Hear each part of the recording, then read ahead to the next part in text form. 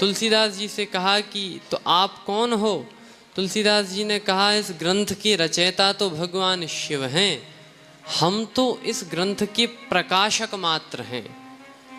जैसे किसी किताब का रचयिता कोई और होता है और प्रकाशक कोई और होता है, राइटर कोई और होता है और पब्लिशर कोई और होता है। इसीलिए भगवान शिव, तुलसीदास जी ने कहा भगवान शिव इस ग्रंथ के राइटर हैं और प्रकाशक पब्लिशर हम हैं। अच्छा बाबा, तुमने ग्रंथ को प्रकाशित किया? हाँ। तो इस ग्रंथ को कहाँ प्रकाशित किया? नौमी भौम बार मधुमासा,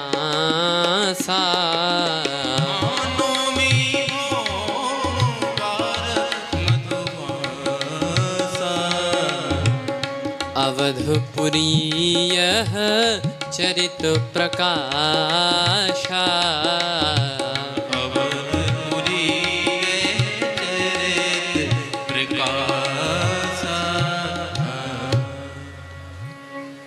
यह कथा 4 घाटों पर हो रही है। श्री रामचरितमानस में 4 घाटों पर कथा हो रही है। 4 घाट माने कहा हर एक घाट पर, प्रत्येक घाट पर कोई व्यक्ति कथा को सुना रहा है और कोई व्यक्ति कथा को सुन रहा है। एक घाट जिसे कहा गया कि यह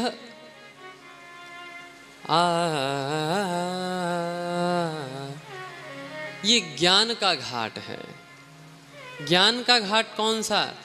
का भगवान शिव एवं माता पार्वती का, ये ज्ञान का घाट है।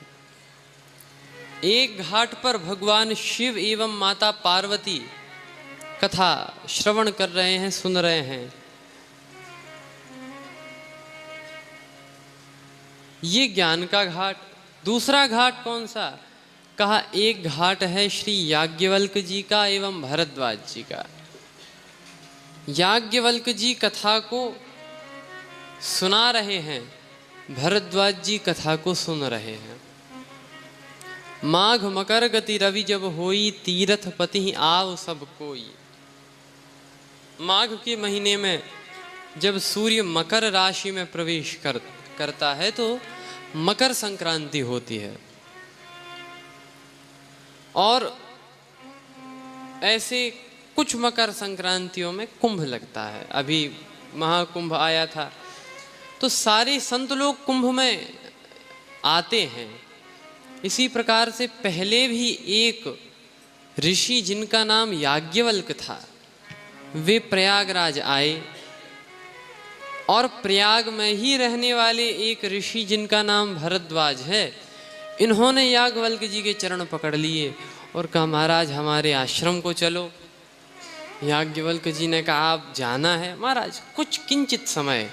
घर पर ले गए, पद पखारी, पादोदक लीन्हा, चरण पखारे, चरणामृत पान किया, अनेक प्रकार से भोजन करवाया, द्रव्य दिया। फिर कहा कि मुझे एक बहुत बड़ा संशय है, नाथ एक संशय बड़ मोरे। देखो श्री रामचरितमानस हमें यह भी सिखाती है किस प्रकार से किसी संत से विनम्रता पूर्वक अपने संशय को पूछना चाहिए। बोले कि एक संशय है। भरद्वाज जी ने याज्ञवल्क्य जी से कहा है तो एक, लेकिन बहुत बड़ा है। नाथ एक संशय बड़ मोरे, बहुत बड़ा संशय है। और आपके तो करगत वेद तत्व सब तोरे, आप तो ज्ञानी हैं, वेद पुराण इतिहास जानते हैं, तो मैं वो संशय आपके सामने रखना चाहता हूँ। याज्ञवल्क्य जी ने कहा कि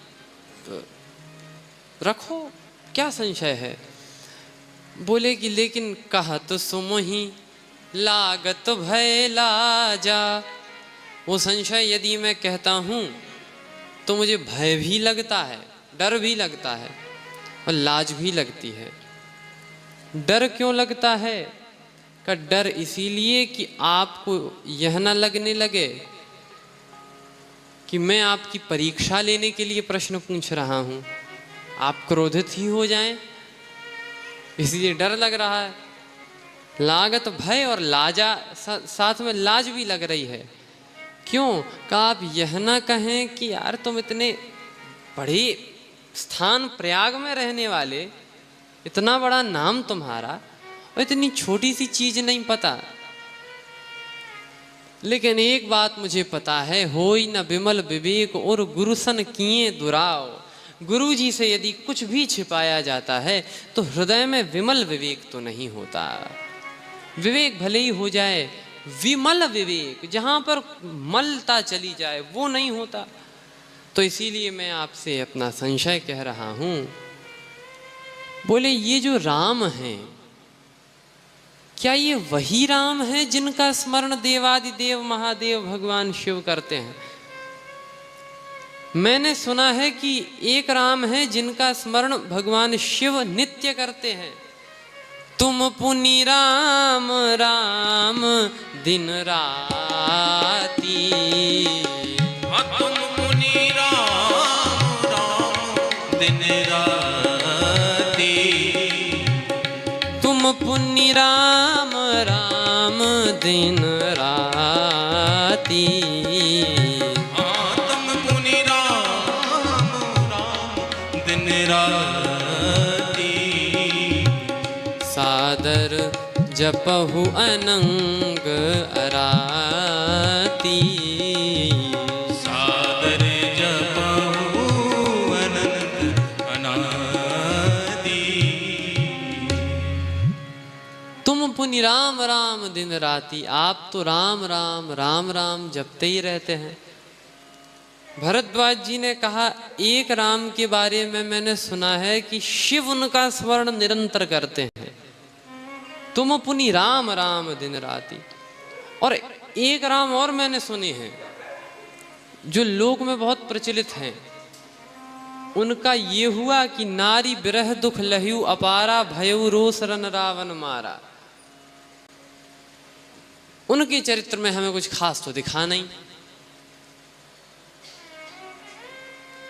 राम का चरित्र ही यही था। अब देखो, ये बात कहने के लिए भी कि गुरुजी से हम ऐसा कह रहे हैं कि राम के चरित्र में तो कुछ खास है ही नहीं, और ये संशय यदि भरद्वाज जी न कहते तो लोक को कथा कैसे मिलती। इसीलिए यदि किसी भी प्रकार का प्रश्न हो, कैसा भी प्रश्न हो, आपको लगे उचित है अनुचित है, लेकिन यदि वह संशय है तो गुरुजी से अवश्य पूछना चाहिए। वह प्रश्न अवश्य प्रष्टव्य है।